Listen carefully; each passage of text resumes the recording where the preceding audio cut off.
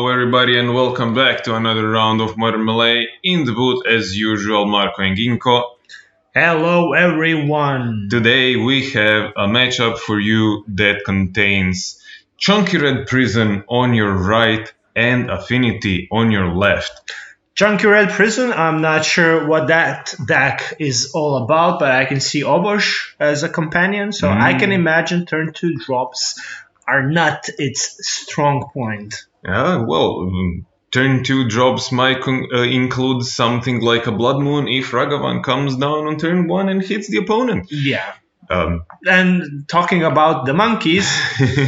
Here it is. But on the other side, we have Affinity, which can spew out their hand on turn 1 or 2 and have all the blockers in the world.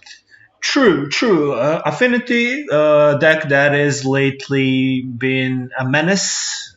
Extremely popular, but only recently. And the Urza Affinity version. And I'm not sure this is the Urza Affinity version, but we'll see. Yeah, the slow start from the Affinity player, only a Silver Bluff Bridge on the first turn, and they are hit by the Ragavan. Interesting card revealed there. Nettlecysts, yeah. Nettlecysts, lately a mainstay of the Affinity decks. So there are a couple of different Affinity deck versions. Some play Nettlecysts, some play Cranial Plating, some play both. All play a lot of artifacts. Light up the stage being cast for its spectacle cost, which means only 1 mana. Do not forget there is also 1 treasure left from the Ragavan hit that I do think is being represented by the red sleeve down in the corner. The light up the stage did reveal another one and the Fury, which can be cast until the end of next turn. So if the Chonky Red Prison player, that's a mouthful, wishes to cast it now for its spectacle cost, they definitely could. Okay, he decides that just passing the turn is fine. Yeah, interesting. I would have snapped it off, but maybe this is the case of having too many high drops, like 3 drops and so forth.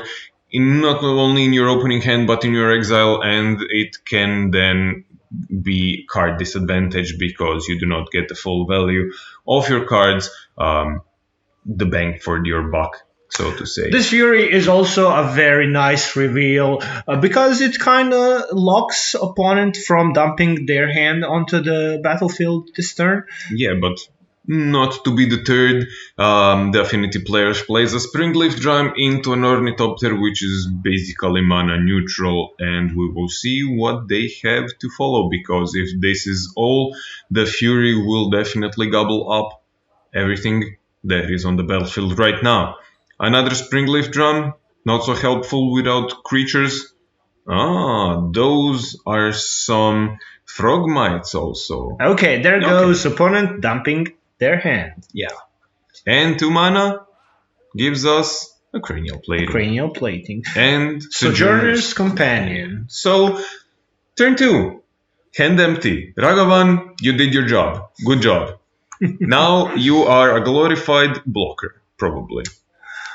Okay, so this Affinity list plays Cranial Plating, but also plays blue and red, which is weird. Cranial Plating really is a great card in blue-black Affinity lists. Yeah, but maybe they only had this land to play, and they play like 6 or 7 lands, and there is always the tension between colorless lands and colored lands that come into play tap, because as much as this is a colorless deck, there are several key cards that warrant colors. For example, Thought Monitors and Thoughtcasts.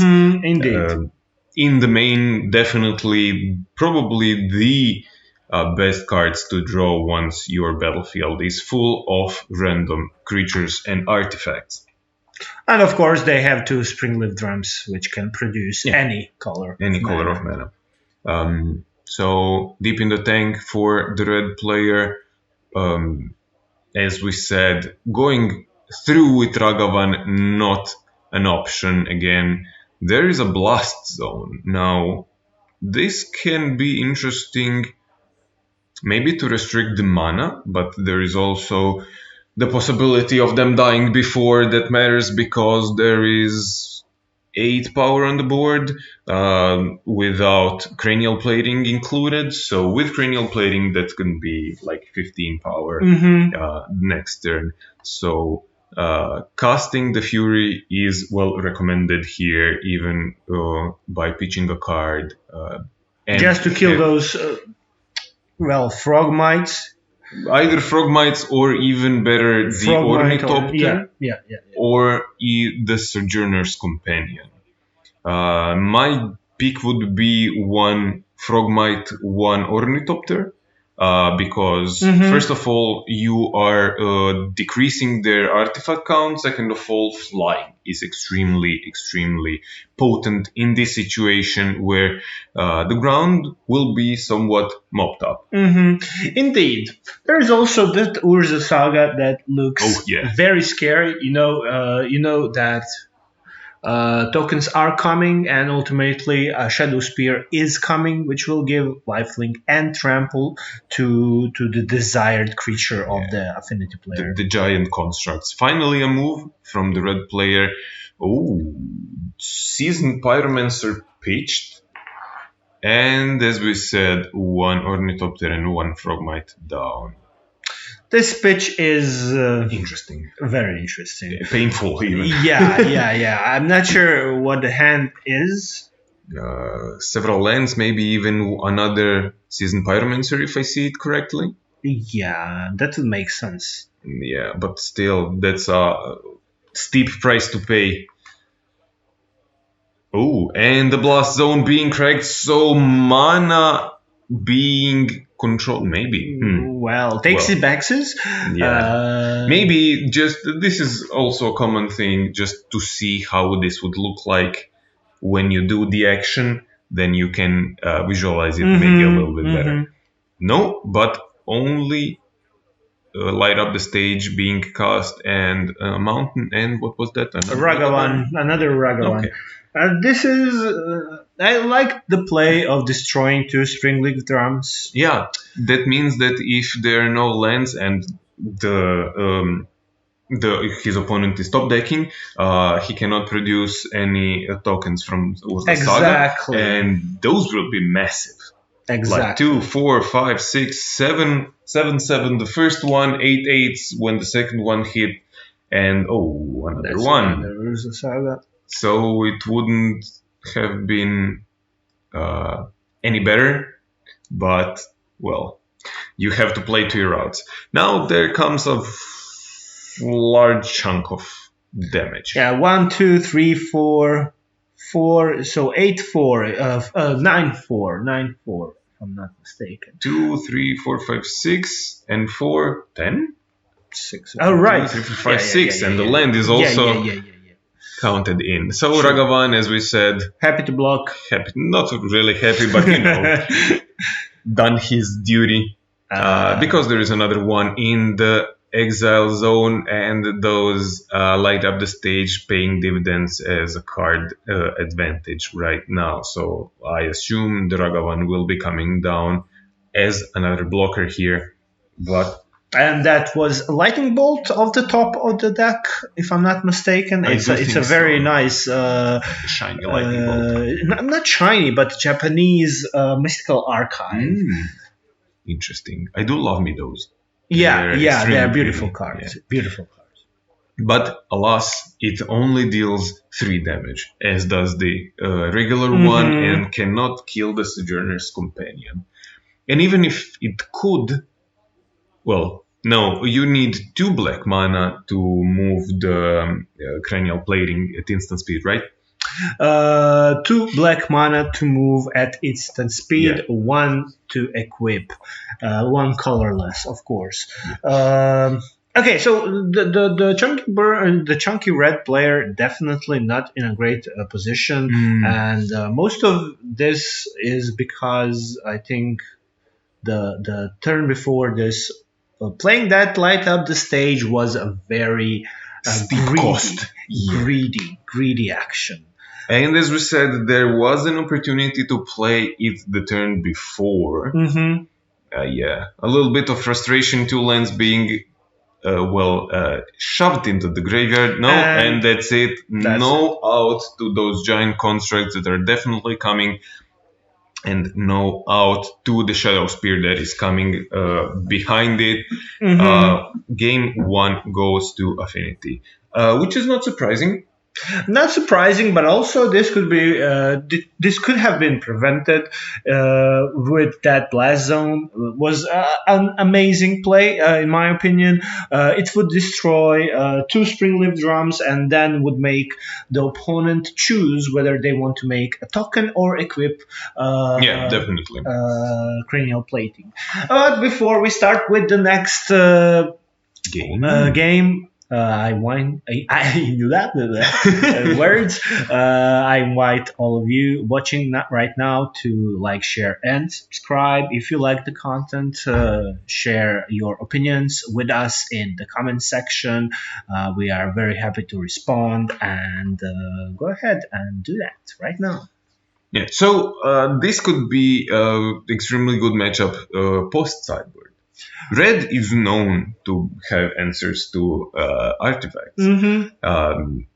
Some are extremely devastating, some mildly so, but definitely something that can improve this matchup immensely. Mm-hmm. But also, I want to touch on the game 1 a little bit more, because I do think that it was a real conversation to play the light up the stage or not, to play it the turn before. We do not know the content of the red player's hand, but also they had a plan. Mm-hmm. Then their plan fell apart because the Affinity player dumped their hand turn 2 with only 1 land before that, which is something that Affinity can do, but it has to have an extremely good gradient of cards, which they have had this turn, this time.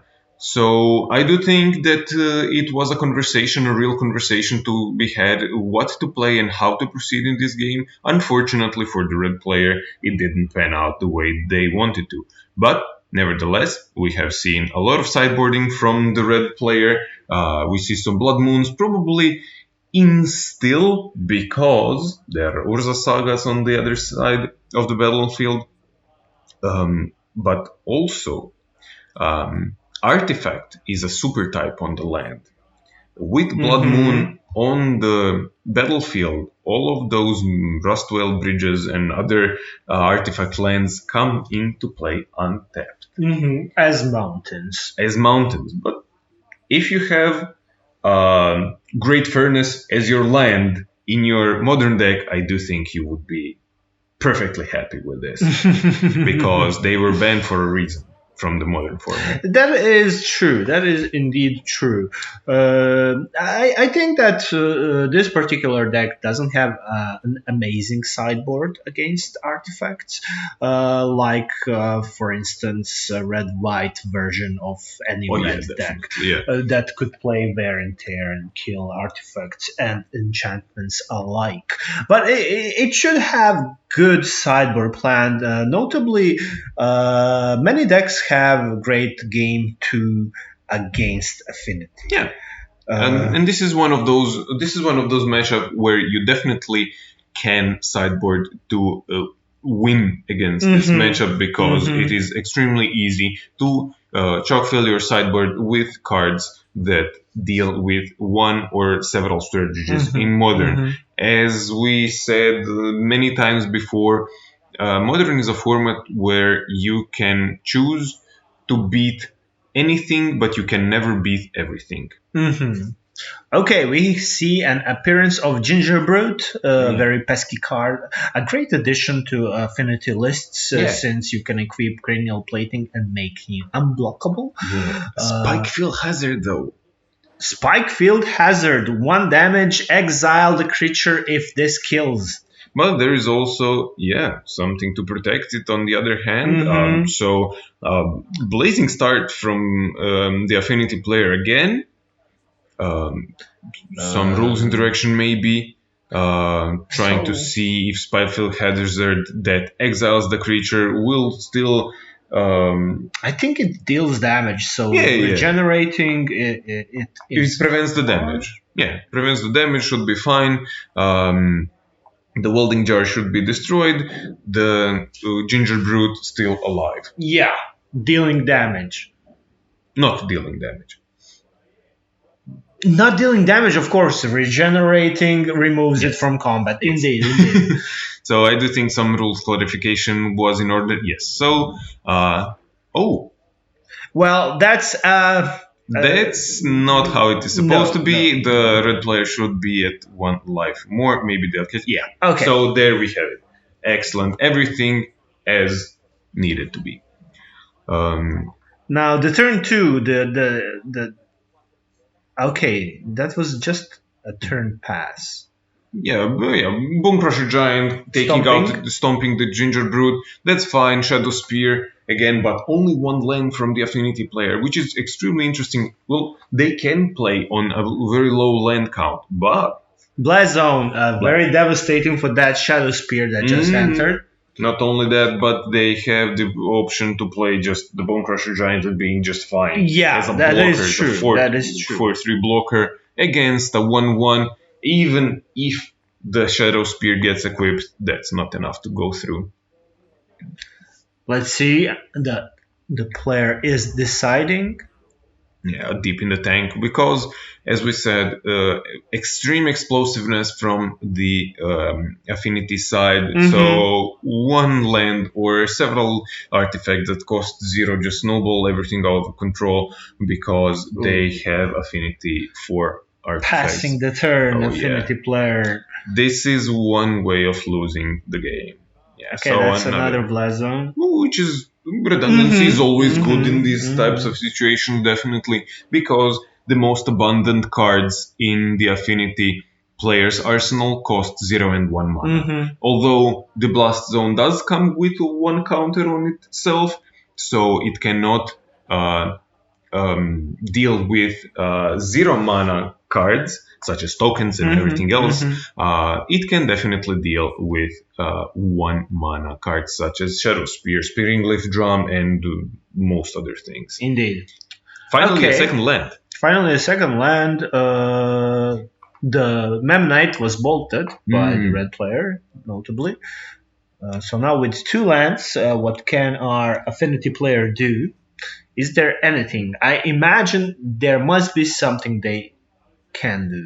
They might have had something to do with several more artifacts. Okay, Cranial Plating. This is still a setup game for the Affinity player.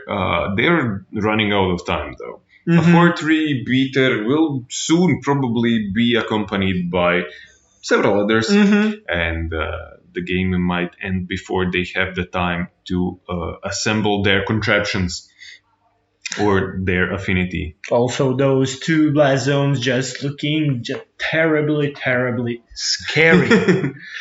So, how high do you get your Blast Zones if you end up going this route? Ooh, Pillage.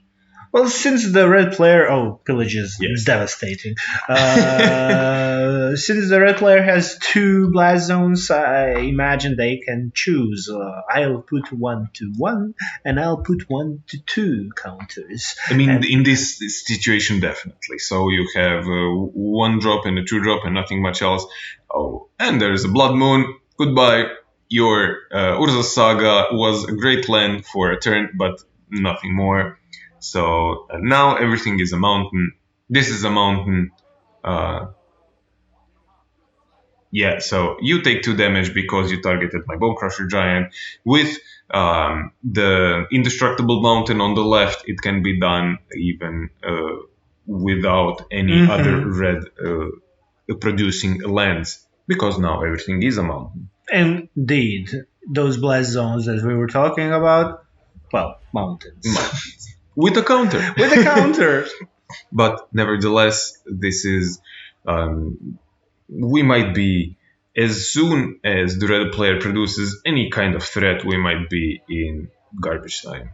I think we are in garbage time, though. The red player really makes it look like they have some difficult decisions. Yeah, but anything they play here will end up the game, especially something that produces 3 bodies like Seasoned Pyromancer.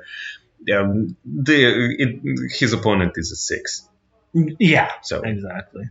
2 turns, maybe 1 turn, and that's it. Because lightning bolts are a thing.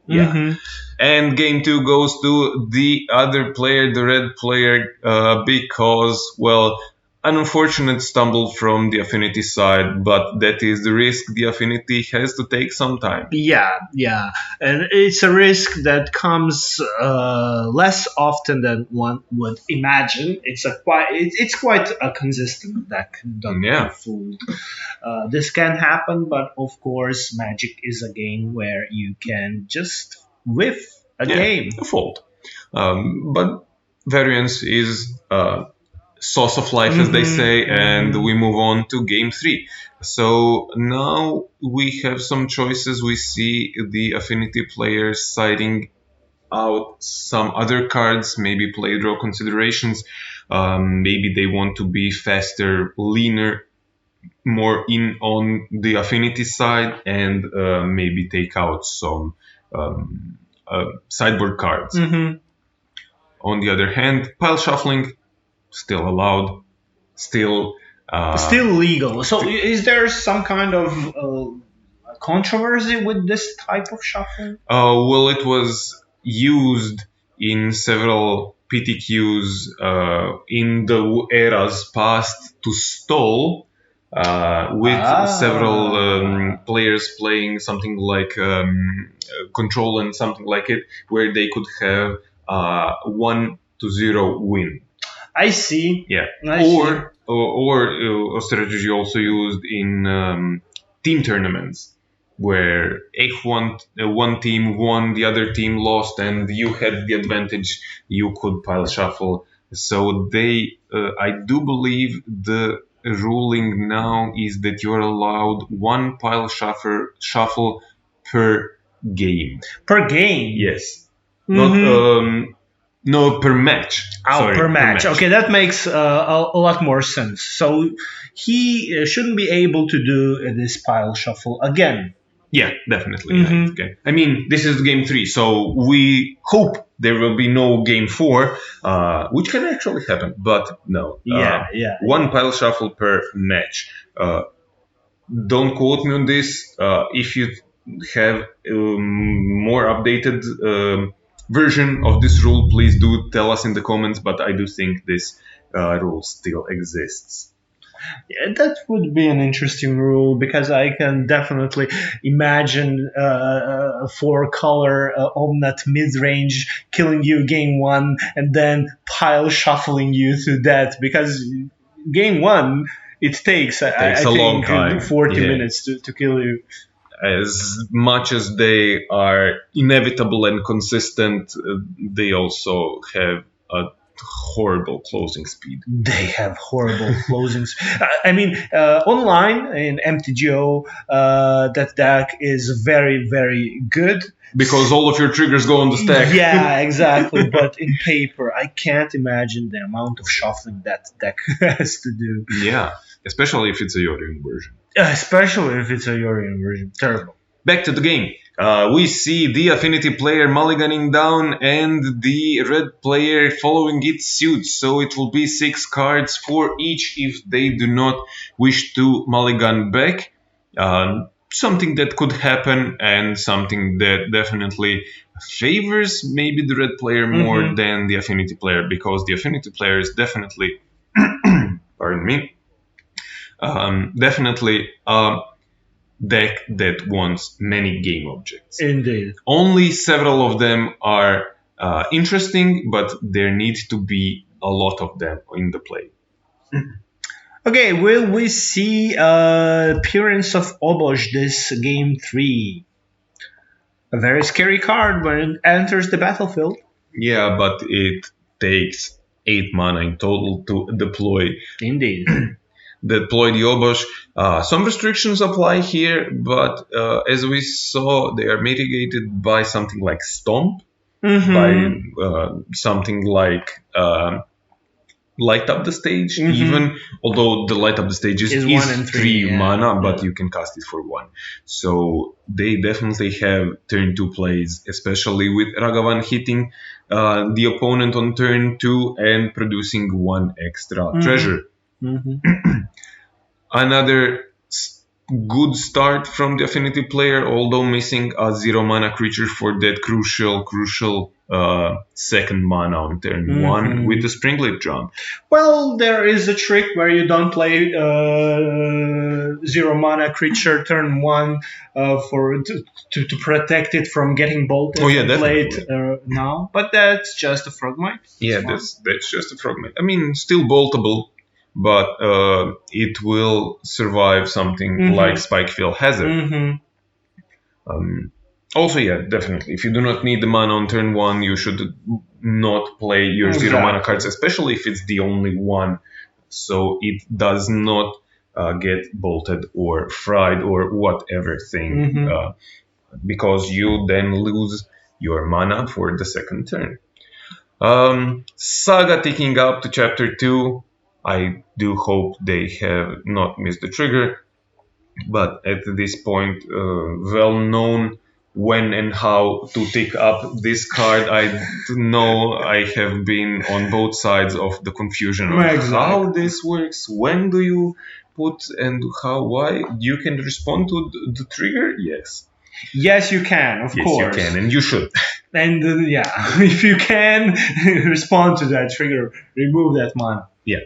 So for all of those who do not know, when Saga enters the battlefield, there is a trigger that gives it the ability to produce mana. Yes. With this ability on the stack, you can kill the Saga with an enchantment destroy thingy or land destruction thingy if you have instant speed stuff, and it cannot produce mana because the trigger to put the chapter is still on the stack. Oh, and we see something extremely devastating, which is a Blood Moon taking both of the Sagas out. Now, there is still a construct which is a 4/4, but is much more manageable than 2 Urza Saga that have been ticking up. Okay, that was very devastating. Still, the board is not in favor of the red player, in my opinion. Yeah. But this is a good start. Everything that is, especially the Nettlecysts now, everything that is bigger than 3 or even 4 toughness is extremely difficult for the red deck to deal with, because there are no bounce things, they're just direct damage. And now that the constructs, both of them are 5/5s, you need at least 2 cards to deal with each and every one of them. Exactly. So the most damage dealing spell, I believe, is Fury, which deals 4 damage divided as you choose among targets, but 4 is still not 5. And especially if you have to pitch cast the Fury, because you have no 5 mana. So still a losable game. Very losable, definitely. For the red player, especially because his opponent is at 20 and he's at 13. This card deals 4 damage to a creature, and I forgot how it is called. And this is a pillage, which is actually going to get rid of the Nettlecysts, so 1 problem down. And Saga token is only a 4/4 right now, so much more manageable than before. Thoughtcasts. Okay, good start. So Ornithopter, not very helpful. 2 mana gets you a Sojourner's Companion, another 4/4. Now we have actually a bigger problem. Now the artifact construct is a 6/6, and there is another Sojourner's Companion, which is a 4/4. So not a great position for a red player. Big beaters on the battlefield against dwindling life total from the red player. Definitely pillage some excellent inclusion for this matchup. It can get rid of an artifact, it can get rid of a land, not the indestructible lands, but is more here to deal with the artifacts. 3 mana being tapped and untapped maybe signifies another one of those from the sideboard. I do believe they have 4 of them in the sideboard, so definitely a worthy inclusion. No, just a Seasoned Pyromancer, discarding Light Up the Stage, and something else. Something else? Well, I do not see what the card was beneath it, but getting 2 tokens, 2 Chompy blockers, and another mana. So definitely a good start to survive this game. I think blocking with Seasoned Pyromancer here, the token is the way to go. Yeah, because you can flash it back from the graveyard. Gives you a few more turns. Yeah. They don't have trample as it stands right now. As of yet, yeah. So a 6/6 and a 4/4 getting in the way. Another thing would be to block the Sojourner's Companion with everything. You trade, you take your 6 damage, but you have then freed the Sojourner's Companion, took some stuff off the material off the board, but there is Fury. Fury is a great top deck, definitely. I do think that they had it for a while. They didn't have mana to cast it. But yeah, Sojourner's Companion down. Now only a 5/5 to contend with, and this is 1-on-1 with Fury. So Fury blocks the construct with no issue because of the double strike. Now it's a little bigger problem. Okay, that's definitely not great. Obosh looks good here. Obosh looks fine if you do not have any more plays, but this is an attack for 2, 4, 6. Yeah. So if they don't have a way to kill the Ornithopter, they are dead. 2 cards in hand, Obosh won't save the opponent, maybe only if you need something to pitch to another Fury, but you have 5 mana, so you could have cast it regularly. Deep in the tank from the red player, if they had a lightning bolt or something to kill the Ornithopter, I do think they would have done it already. Another check to see how large and in charge the construct is and how massive the cranial plating makes the Ornithopter, but it is still a 6/6. So attack with the Fury. Maybe baiting a block, but I do not know what this would entice, because anything that deals with any other artifact can deal with Ornithopter, or even cranial plating. The Affinity player takes 6, says, I'm fine with that. Life to spare. Yeah, you don't have Fury now to block my token. Which is fine, you can block with your Seasoned Pyromancer, but you need to survive this turn and every other turn with this Furious Ornithopter equipped with cranial plating. Okay, 1 mana. Okay, they had a lightning bolt. Okay, good. That's a good start. That's and fine. Another one, Ragavan. And Obosh in hand. Okay, good. This is an excellent start, an excellent comeback from the red player. Now the Affinity player is in some trouble. We see tapping mana with token for Thought Monitor. Yes. Draw 2 cards. Definitely a good start. Another Welding Jar, a great pickup. Yeah, and another Memnite. So a lot of material added. The best one being the flying one, and definitely the Welding Jar, which can protect the flyer. Okay, and equipping to Memnite, Cranial Plating. They have 2 untapped blockers versus 4 attackers on the red player side. Now, can the red player threaten lethal to get rid of that thought monitor, but still have some? There is only Very, Obosh very, in the very hand. This will warrant. That Great Welding top Jar deck. was a great pickup Oh, yeah. for the Affinity Definitely, player. definitely, because one removal spell will not do it. It can be done in combat to fog one attack, but then, well, another one is coming next turn. So Okay, that's a great pickup for the red player. light up the stage, revealing Chandra and a Blood Moon. I do not think they do anything here. Yeah, they do not do anything here. Chandra Dress to Kill, new addition to mono red decks, let you play red cards from the top of your deck by exiling them, of course, as red decks usually do. Impulse drawing, and the red player attacks with Fury and Ragavan. This is just a desperation move, of course. We know that last card in hand is Obosh. So there needs to be a block here, or doesn't need to be a block. But if you needed to block, which one would you block? Fury, which deals 6 damage, or Ragavan? Ragavan, of course. I would block Ragavan every single time.